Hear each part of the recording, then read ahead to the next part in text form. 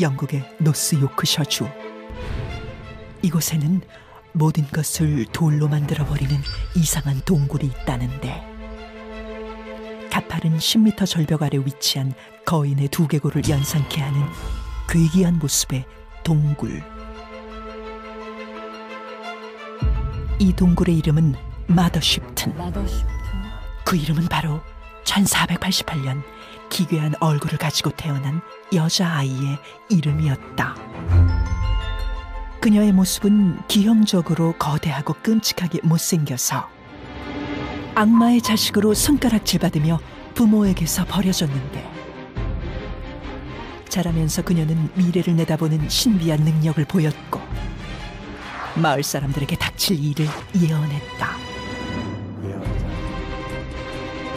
놀랍게도 그녀가 예언한 사건들은 모두 적중했고, 이런 현상이 계속되자 사람들은 그녀가 마을에 저주를 내린다고 입을 모았다. 당시 미래를 내다보던 그녀를 사람들은 마녀라고 불렀고, 그들의 눈을 피해 마더쉽트는 오랜 세월 이 동굴에서 숨어 살았다고 한다. 그런데 그녀가 동굴에 숨어 살기 시작한 이후부터 미스터리한 현상이 일어나기 시작했다. 바로 어떤 물체든 동굴에서 떨어지는 물을 맞으면 돌로 변한다는 것.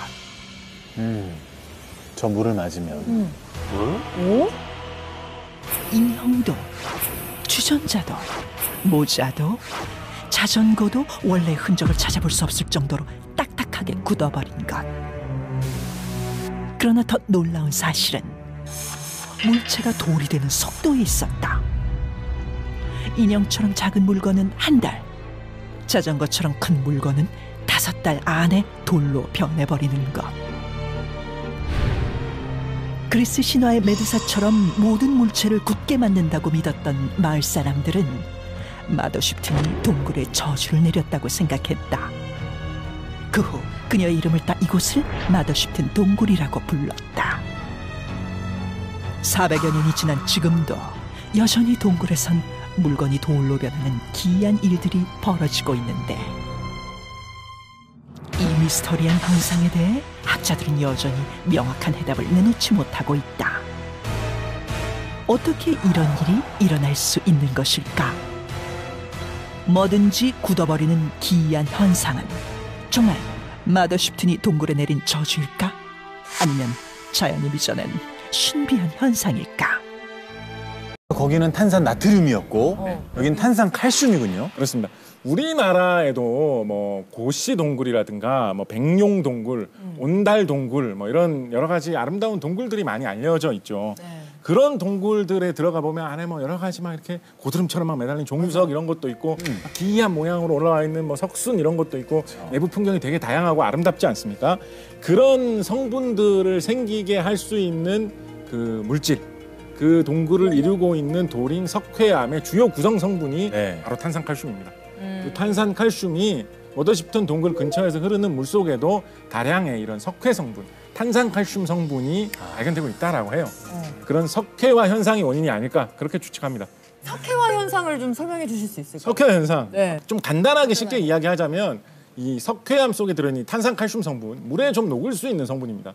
물에 녹아 있다가 적절한 곳에서 물이 마르면서 그 탄산칼슘이 다시 물 밖에서 드러나가지고 그대로 굳는 그런 현상이라고 보시면 거의 얼추 비슷하게 생각할 수 있을 것 같습니다. 말씀 들으니까 알겠는데 아까 우리 영상에서 봤는데 조그만 곰인형 같은 경우 한 달이 걸린다 그랬고 자전거가 5개월 걸린다 그랬는데 한 달 만에 그렇게 될 수 있는 거예요? 종유석 같은 경우에 사실 조금 자라나는 경우에도 뭐 몇천 년, 몇만 년이 걸린다라고 하거든요. 그래서 그런 거하고 비교하면 사실 좀 놀라운 현상이기는 하죠. 그런데 아마도 제 생각에는 특히 저 인형 같은 경우에는 그 물을 받으면 그 물을 그대로 흡수를 해가지고 들고 있을 수가 있죠. 그 물 자체를. 그리고 물이 마르고 그런 탄산칼슘 성분이 남아 있을 때 그 인형의 섬유질, 그 실과 실 사이 틈에 그런 게 더 끼기도 좋은 그런 특징이 아마 있을 겁니다. 그 곽재식 작가님 말씀하신 것처럼 이게 조건에 따라서 많이 달라지는데요. 헝겊 같으면 이게 어떤 그 표면이 거치니까 표면적이 큽니다. 표면적이 크게 되면은 갖고 있는 수분을 외부로 더 쉽게 증발할 수 있거든요. 그래서 그렇게 생각하면 오히려 사람들은 더 이상하게 생각할지 모르지만 복잡한 모양이라서 표면적이 큰 물체일수록 어쩌면 더 빨리 일어날 수 있죠.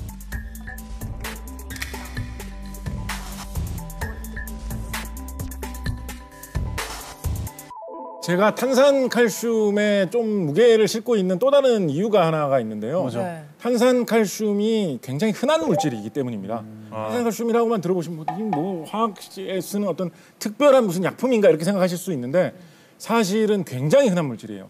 우리 여러분 주변에 있나요? 지금 우리 뭐 스튜디오라든가 아니면 뭐 여러분 사시는 뭐 집이라든가 보통 이 벽이 다 뭘로 돼 있습니까?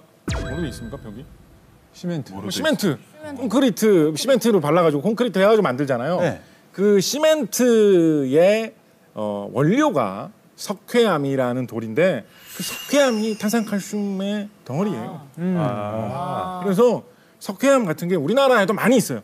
우리나라에 뭐 제천이나 단양이나 이런 데 가면 산 하나가 석회암이고 막 이렇습니다. 그래서 그거를 캐다가 그거를 가공을 해가지고 시멘트로 만들고 콘크리트로 만들어서 우리가 집을 짓고 거기서 다 현대인들은 살고 있는 거거든요. 그래서 탄산칼슘 이렇게 흔한 물질이에요. 그런데 제가 진짜 기막히고 감동적인 이야기 하나 해드릴게요. 뭐죠? 신비로운 이야기. 뭐예요? 들으면 잠을 못 잘 것 같은 이야기. 잠은 자야 그러면 좀 안 되는데. 들어야 될 것 같아요. 그래도 한번 들어보세요. 감동에 설레면서 잠을 못 잔 경험 언제 또 해보셨습니까? 들어보세요. 그게 왜 단양, 제천 이런 데는 그렇게 산 하나 되는 높이로 왜 거기에만 그렇게 쌓여 있습니까? 왜? 어디서 왔길래 그 석회암은? 어디서 왔길래? 이거 궁금하지 않습니까? 궁금해요. 어디서 왔느냐? 이거 진짜 기가 막힌 이야기입니다. 그런 석회암 재질 비슷한 그런 재질이 나는 생물을 뭐 떠오르는 거 없어요? 생물? 석회암이 조개, 조개, 굴, 바다에 사는 것들. 산호 이런 것들. 해산물. 그래서 조개나 산호 같은 것들이 살다가 죽은 그 껍데기가 쌓이고 또 쌓이고 또 쌓이고 그게 계속 눌려가지고 한참 쌓이면 산만큼 되는 거예요. 그게 우리가 쓰는 석회암의 상당수를 차지해요. 근데 감동적일 거라고 했죠 제가. 자 그런데 야 잠깐만. 그런데 제천, 단양 이런 다 산골 아니야. 거기 왜 조개가 살아? 생각하실 수 가져가 있는 있죠? 것도 아닌데. 그게 최근에 생긴 게 아니에요. 3억 년 전 정도의 고생대에 생긴 거예요. 그 시기에는 한반도의 그 지역이 바다에 잠겨 있었던 거예요. 이런 산호나 조개류들이 번성하기 좋은 적도 지방의 따뜻한 그런 지역에 한반도가 그 시대에 있었다라고 학자들이 추정하고 있어요. 그래서 그 시대에 수천만 년 동안 살던 조개 껍데기들이 묻혀가지고 석회암으로 변해서 산이 된 거를 우리가 다시 캐가지고 그걸로 집을 지어서 우리가 그 안에서 지금 살고 있는 거예요. 이야기 아닙니까? 멋있다. 그러니까 이게 여러분 생각해 보세요. 이게 뭐 마도 10톤에서 어떤 마법으로 뭘 돌로 변하게 하고 이것도 신기하지만 수만 년, 수천만 년의 세월 동안 바다에 사는 조개들이 바닷물 속에 있는 성분으로 자기 껍데기를 만든 게 쌓여 있는 거를 몇억 년 후에 인간들이 파가지고 그걸로 집을 짓고 산다는 게 이것도 정말 놀랍고 신기한 이야기죠. 진짜 신기하네. 인정이다 인정. 이거. 감동적입니다. 그 석회 현상이 잘 일어나려면 기본적으로 탄산칼슘이 잘 녹는 상태가 되어야 되잖아요. 탄산칼슘이 잘 녹는 상태가 되기 위해서는 물속에 그러니까 물의 성분이 산성이 되어야 돼요. 이산화탄소가 물속에 녹으면서 물이 약간은 산성 성분을 띠게 되거든요. 마더십튼 동굴의 물을 분석을 해본 결과 녹아있는 이산화탄소 농도가 약 300ppm 정도.